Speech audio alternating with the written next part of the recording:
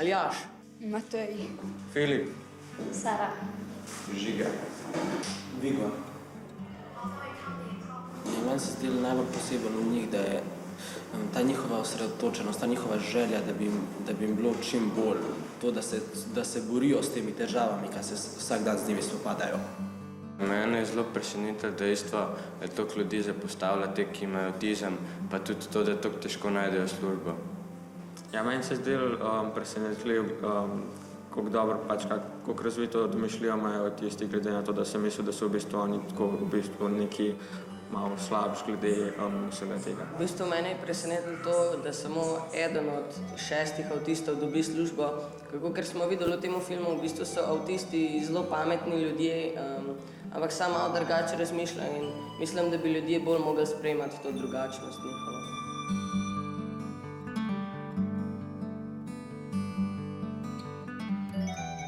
No ja, meni se zdi, da bi mogli biti bolj potrpežljivi, da bi se mogli naučiti poslušati, da bi mogli biti bolj strpni, kot smo bili pa do zdaj, do tega, da so drugačni, pa da v bistvu nismo sami na svetu, da obstajajo tudi drugačni, da bi jih mogli sprejeti med sabo, ampak to bomo lahko naredili samo tako, da se bojo obe strani potrudile.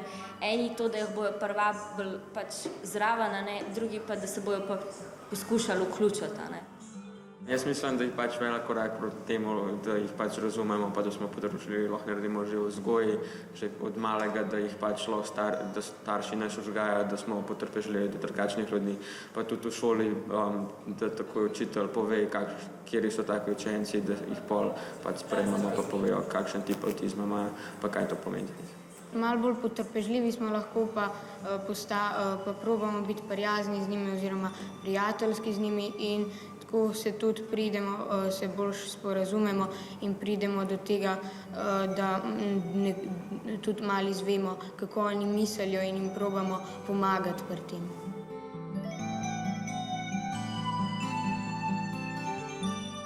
Meni se pa zdi, da nas v bistvu glih ta drugačnost nekako združi. Ta pogled v nek tuj svet, ki te naučijo nekaj, ki pa ti mogoče ne poznaš, nekaj, ki bi rad vedel, da začneš drugače sprejemati okolico, pa da spoznaš stvari, ki so drugačne, ki jih mogoče nisi pričakoval od ljudi. Jaz bi se naučil od njega, kako je biti avtist, mogoče dobil izkušnje o mnenju avtistov in če bi srečal kakšnega drugega avtista v življenju, bi vedel, kako reagirati. On pa bi od mene dobil izkušnje s tem, kako se sporazumevati z ljudmi, mogoče bi mu bilo lažje potem v življenju iskati prijatelje.